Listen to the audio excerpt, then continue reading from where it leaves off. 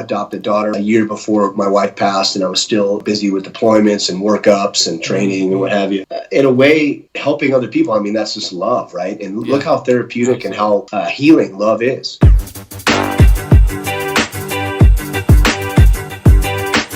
You're listening to the Kristof Lewis Podcast, a podcast where I have conversations with inspirational people. My name is Chris, but my family calls me Kristof. My goal is to have as many conversations as possible with people who have forged their own path by pursuing their dreams, making them a reality, all the while emitting positivity and sharing this knowledge with others. I seek these people out and share this information with you, proving to the world that you can do what makes you happy and do what you want for a living while being a good human being. We'll talk about careers, but we'll also cover any story that inspires. Let's do this while helping each other. Thanks for listening. I'm happy you're here.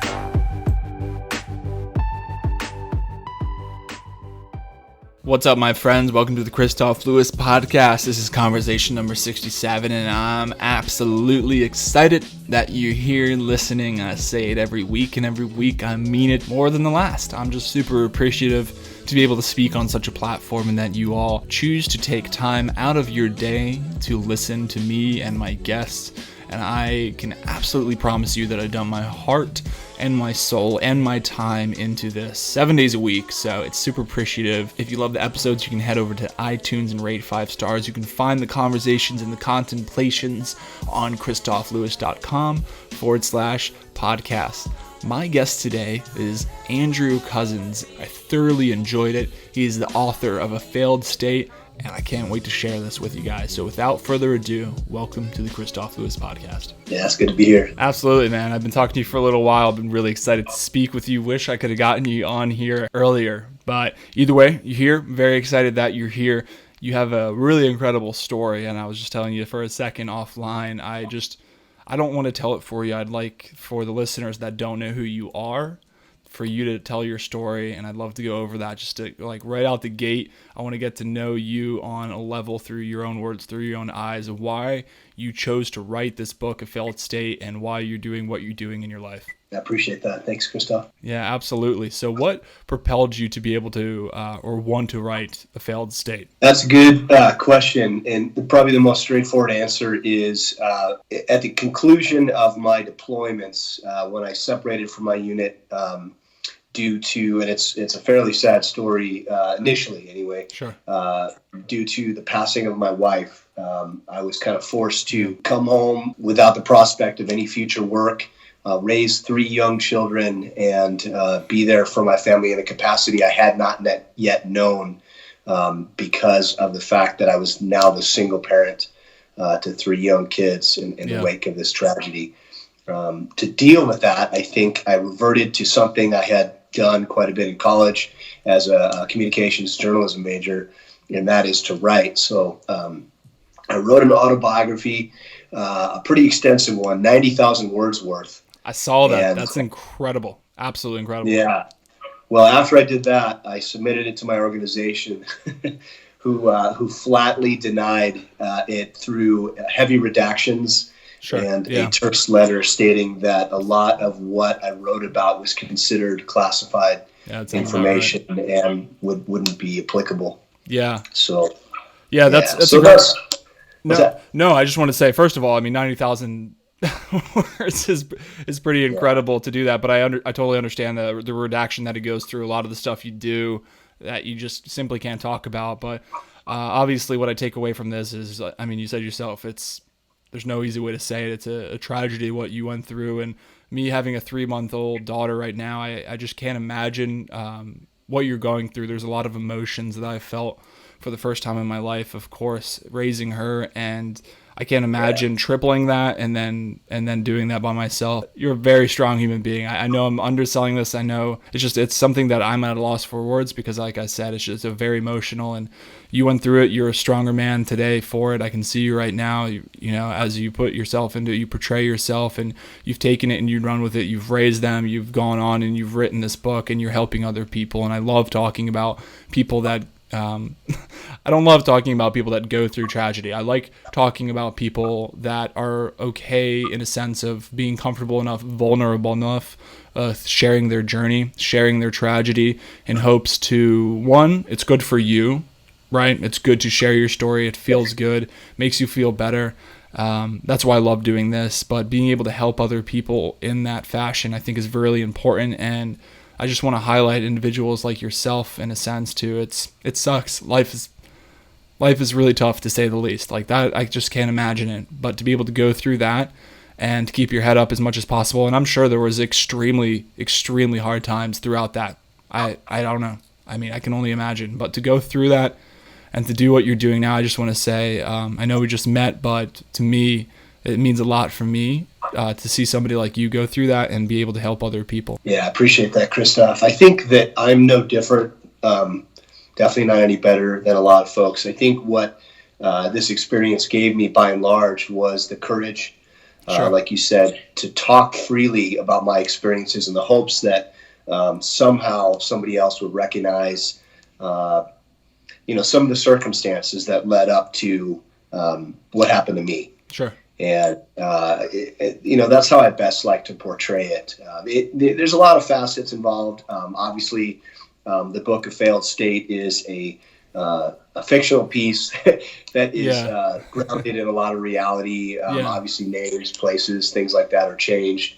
But it also deals with, some factors very common to you and I and people that have served and do serve. Mm-hmm. And that's, PTSD, that's hormone deficiencies, that's anxiety, that's a lot of mental issues that people who serve, like I said, carry home with them.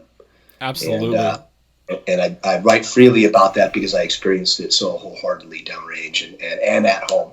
Absolutely. That's it's a lot of the reasons that I enjoyed what I did in the military and the Navy specifically. For those that don't know, when I worked in Naval Special Warfare, that's why I loved my job. I loved to be able to do that. But based on a lot of those experiences, that's the same reason I got out. I knew I wanted to have a family. I knew I wanted to be there for my child. I knew that I saw a lot of people not come home alive from those situations, from those deployments.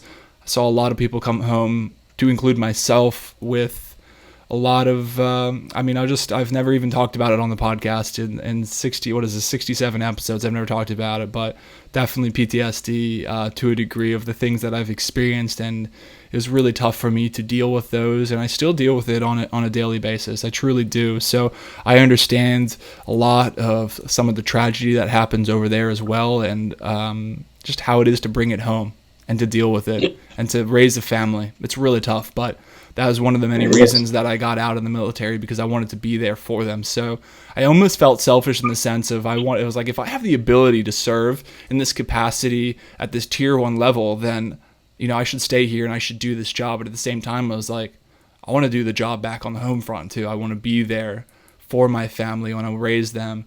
I want to see my daughter grow up. So I share that just because to go through everything and to come back and like I said, again, be vulnerable, put it into a book.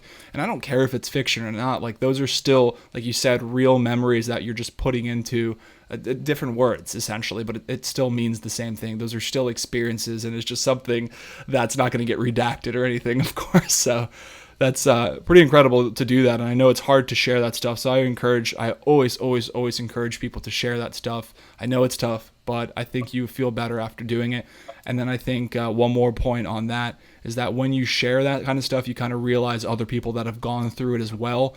And you're, hopefully be able to link up with those people and have discussions like this with them that would help each other mutually. Yeah, absolutely.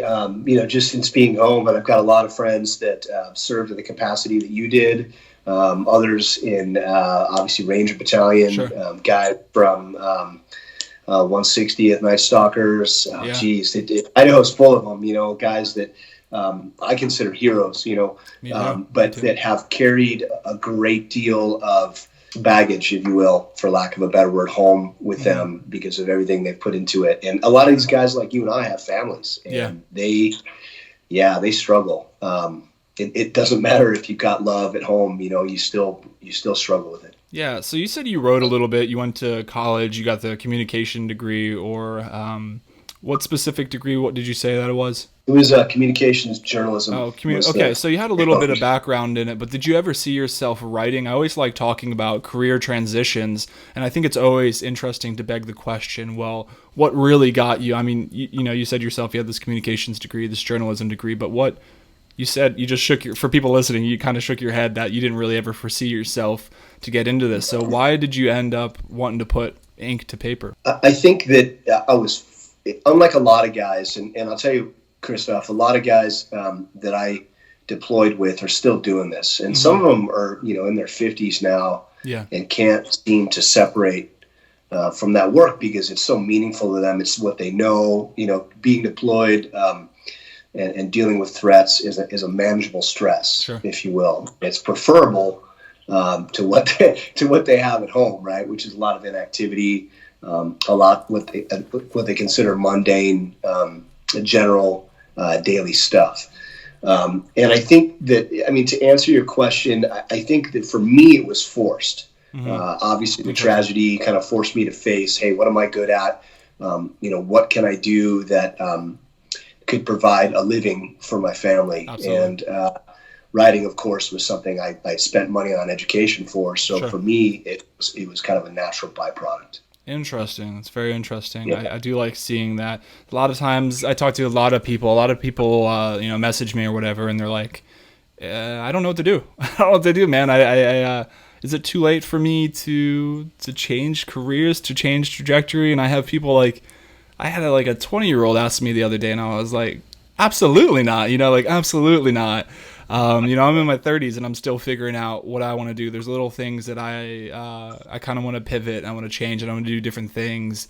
And I was talking to a gentleman last night who was in his late 40s, and he started writing in his late 40s. Like, I don't ever care how old you are. Just do what you want to do. And so that's why it was interesting to beg that question. You had some background in it, but you don't necessarily need background with it. You said yourself you'd never ever really envisioned yourself doing it, but I know you're a better man because of it, because you get those thoughts out. And even the one you weren't able to publish, 90,000 words, I don't know how many pages that is, but that's incredible. And be able to, I guess I'll digress for a second, even that you weren't able to publish that, the fact that you wrote it down and you got your thoughts out is probably very important to yourself, I would imagine, right? Yeah, it's therapy, Therapy, exactly. It's definitely therapy.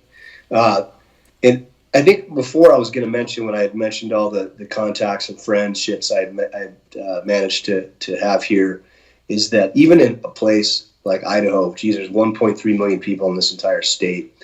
There's a lot of organizations that deal with kind of a battlefield to business field mentality. Okay. Mission 43. There's just a ton of really good organizations that help that transition. And I know that there's not enough, right? But there's definitely more now than there ever has been. And that's positive. I want to see that upward trend because I know guys that have excelled in business that thought they couldn't do much after they've left the services. And it's awesome to see. It's almost therapeutic, just like writing 90,000 words, right?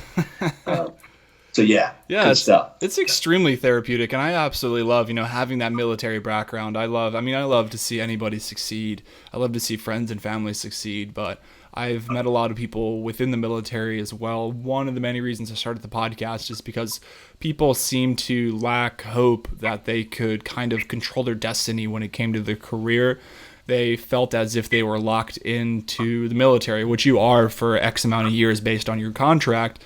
But that, is finite. So it may be 2, 4, 6 years, but it's finite. So you do have a decision that you can make at that point on which way you want to steer your life. So just as you chose to write a book, I talked to the gentleman last night. He wrote a book as well. So, and I got a job in doing something that I didn't really do at all in the military. So it really just depends on what you want to do, and you have the ability to change the trajectory. You have the ability to pivot in the direction that you want to do, and you're not locked in, even though you may be temporarily. Then it's a good time to start planning already. If you got a couple of years like me.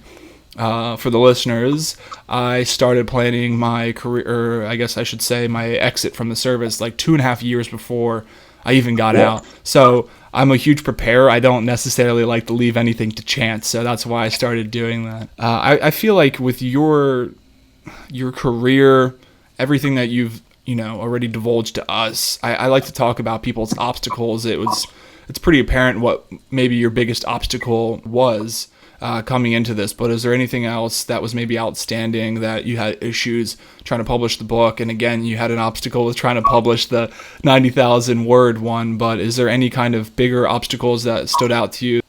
As much as you think there'd be a genre for a book like A Failed State, which deals with terrorism and obviously combating it from the U.S. Perspective and trying to keep the homeland safe, there's not a whole lot of genre real estate for that. Sure. And I was surprised at that. You think because Tom Clancy laid that groundwork, right? There'd be just a really big following for a hashtag war novel or hashtag spy novel, what have you. But there really isn't. It's something that you have to kind of build yourself. I've had a couple lucky breaks. Certainly, the Joe Rogan Experience was one of them. Getting good reviews in magazines like Guns and Tactics, and having other shout outs, from other notable podcasts like yourself is a great way to get a leg up. But I've had to build the following for my book from the ground up. And most of that is, unfortunately, nowadays is social media based. Yeah. So, that's interesting. In other veins, I've gotten involved with great organizations that if they don't outright employ veterans and people that have done what I've done for a living, they allow them to help. And one of them that's definitely worth mentioning is GSMSG, that's Global Surgical Medical Support Group. And this is an organization that was started, probably about little less than half a decade ago, and it's done more surgical and medical procedures in 1 year in the Iraq-Syria theater that most organizations that get 10 times the publicity have done in several. And these are guys. Aaron Epstein is the head of it. He's a doctor. I think he was a former serviceman as well, and it employs mostly tier 1, tier 2 personalities to at least train the indige people on how to solve their own problems medically, whether that's at a village level or whether that's at a TCCC, Tactical Combat Casualty Care level, because they're currently under fire. And a lot of guys go downrange with that organization because it is just so proficient at inserting themselves into, the landscape there to help other people, whether, like I said, that's townsfolk or the forces that are kind of aligning themselves against the terrorist factions. And it gives these guys a purpose, So a lot of guys will deploy. Obviously, GSMSG covers the cost of deployment. Mm-hmm. But, they don't get paid for that service, but it gives them a very productive, very meaningful experience. Yeah. And GSMSG values that. And it's just a way to kind of, like I said before, do something important without actually physically being in the service anymore. Yeah, absolutely. So, and a couple of things you said. First of all, I didn't know you were on JRE. That's pretty incredible. That's awesome. And then you said building up a fan base is hard, and I know that as well. And a lot of people listen to this, obviously, on social media. That's how they're finding me, and that's something I've had to build up for the year and a half or so that I've been doing this. So I know that's one of the obstacles that I've felt. It's like you feel like you've poured your heart and soul into this, your podcast or your book or whatever you're doing, and you're like, if people would just know about this, they would love it. It just people need to hear this. A lot of people could resonate with it, just like I was saying, like sharing your story, if just people could hear it. And my answer would be, if you really feel that way about the product you're doing or the service that you're giving, you can't give up. You got to keep on pushing. You got to figure out a way to do it. You got to be interactive with your community.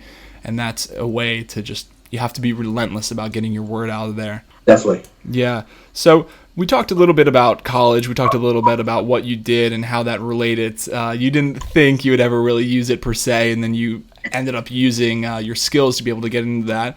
So I love talking about the importance of self-education. I love talking about how I feel kind of that society kind of pushes towards formal education is the one way to do things. And I'm a huge advocate of also saying that, hey, it's not really the only vein that you could source your information, and that self-education is very pertinent, and that education should be ongoing throughout the rest of your life. Didn't intentionally want to use your college degree to do what you did. Was there something that stuck out for you? Maybe were you into like podcasting or reading books, or what really stuck out to you that really helped you learn in life and be the best person you are today? That's a complicated question, but and I did things a little. I did things a little inverted. Obviously, I was in college prior, to being downrange, which is the opposite, I think, of most guys. But I was with a lot of guys that were on AMU and online and oh boy, a lot of online schools getting an education during downtime. When the teams are rotated out, or they were on the QRF, they could be, in their hooch or whatever, just on the internet doing the thing, or the MWR doing their thing. But I feel, and I think along the same lines you do, Kristof. I think that for me, I think a lot of the education was post deployment, where you were kind of forced to learn the things that you needed, the tools that you needed to gather to get along.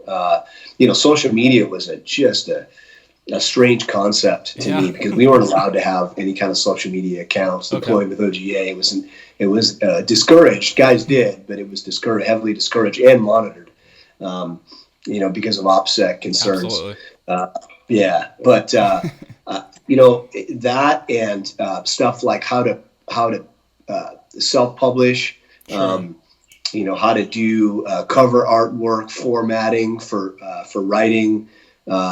It's how to promote yourself. Absolutely, it's all out there, and you're able to do it even on deployment. So that's kind of what I was getting at. I know it was kind of a complicated question in the sense of where I came from it, but essentially, was there anything that like stuck out? And you kind of just nailed it on the head there. Is like, even downrange, you have the ability to research all of these things and how to do this yourself. And both things are important. Like, obviously, you utilized your formal education to an extent to be able to do what you've done there with the book, and then you're also continuing your education and always educating yourself downrange even. So there's really no excuses. There's not an excuse. I mean, you've got so much time on your hands when you're not doing stuff. Like, you run out of Haji copies and movies to watch, and you can only take so much video or get on the phone in the MWR. It's almost imperative that you really find your own calling. And like you said, you started looking into your departure and transitioning out 2.5 years prior. I did the same thing. I was writing business plans for that, and the other thing. That's awesome. Yeah, that's really cool that you were doing that. So I would highly encourage people to do that. There's really no reason even though like people, at least in my opinion, what I've seen, a lot of people don't really like social media in the sense of they think it could be a time waster. They think it's a really negative thing for a lot of people, and I highly disagree. I always say that it's just a tool, and it's how you use it. So if you want to waste your time and just screw off, then that's what it's going to be. But you utilized it, I utilized it to its abilities, and we're able to educate ourselves. So I think that's a really important note to make. I also love talking about helping others. We kind of touched about it a little bit in the beginning there with sharing your story. And obviously when you write a book, you want other people to read it. But I always like begging the question as well, like, why do you choose to help others? Like, why do you really want other people to hear the story? And why do you want people to benefit from these words? I think the easiest answer for me is that I realized how therapeutic helping others is. I felt so much better about my present situation after I lost my wife, and was probably stricken by more grief than I could remember up to that point, when I would be selfless and be there for others in any capacity. So I wanted to get my story out, and it worked. A couple of public speaking events. I told my true story and what motivated me to write the book, kind of along the same lines I did here on your show. Sure. Had people approach me with that, that gratitude that, hey, thanks so much for sharing that. I did things like adopt a daughter right before a year before my wife passed, and I was still busy with deployments and workups and training and what have you. In a way, helping other people, I mean, that's just love, right? And look how therapeutic and how healing love is, right? Yeah, I love that. So, no, it's such a good answer, and that aligns with a lot of things I see. And we keep on bringing up therapeutic, and I just want people to know that it's okay to help yourself, and you got to help yourself before you help other people. And I've kind of described the podcast as not only being therapeutic for me, but it's almost this, it sounds silly, but it's like a verbal journal. So instead of like writing something down and as you would in your position, but I'm like speaking. So I'm able to talk to you. I'm able to, I shared some things on here that I've never shared in 67 weeks, which is incredible, right? So I struggle with those things on a daily basis, and that would have never come up unless I was comfortable enough to talk to you about those things. And obviously people hear that and it's fine, but to me, like, having this verbal journal is really important to be able to speak about it. So there's a lot of reasons I have this podcast, but one of them is to encourage other people to just go out in their daily life and talk to people, talk to friends, talk to family, maybe seek out people like yourself or people that they resonate with, that they're a little bit more comfortable with, that they can share their story. And, you don't have to start a podcast and record it. You don't have to go out and write a book based on your experiences, but you can go out there and you can talk to people. And whether you have PTSD or whether you've lost a family member or whatever, like, trauma you've done, and it doesn't even have to be to that extent, but whatever trauma you have, you can talk about it with somebody else and you'll walk away feeling so much better. And you'll just, like you keep on saying, we keep on saying, it's so therapeutic, and it's impossible for me to walk away from these conversations that I have without feeling amazing. Like, I hang up and I'm just like, I feel great, and it's like my weekly therapy session, So I love this, and I don't have any intention of stopping it, and that's why I'm just always so encouraging of people to go out and do the same. Yeah, definitely. That's probably the best explanation I've ever heard.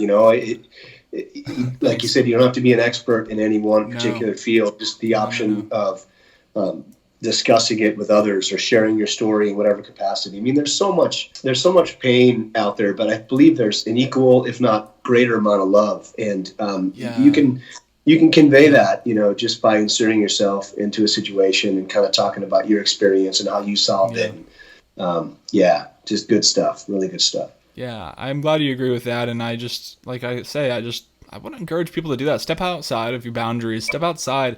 Feel vulnerable, and it's just the common thing we've been talking about throughout the whole entire time. So I guess, like, in conclusion, like, some of the things you got to take away is just to be vulnerable, share your story, seek people out that you're a little bit more comfortable with, that maybe have had similar stories with you or as you that you could talk to. And honestly, if you don't step out of that comfort zone a little bit, it's going to be harder to attract those people, because I'll bet you right now, like, the more conversations I have, by default, the more people I meet. So it's like this always compounding thing. Like, the more I step out of my comfort zone, the more I share about myself.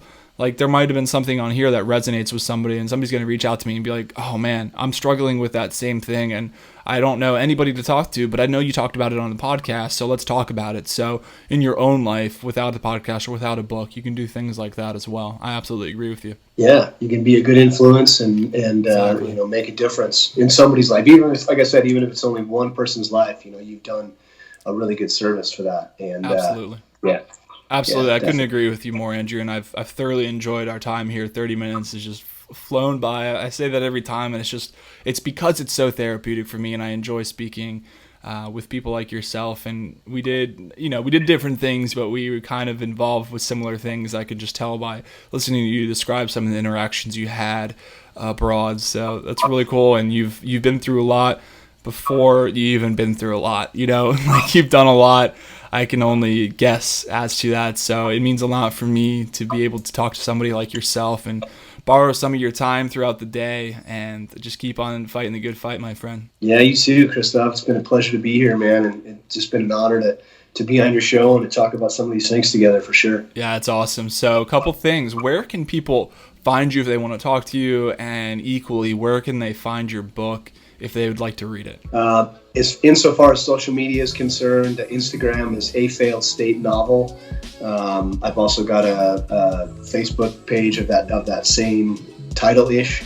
I suppose. But right now, www.afailedstate.com is kind of the general central location that kind of you can talk to me through that, or you can find ebook links, or you can buy a signed hard copy. So that's probably the best site.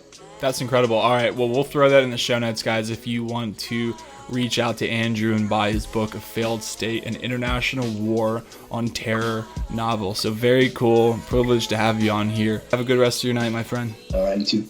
All right, see ya.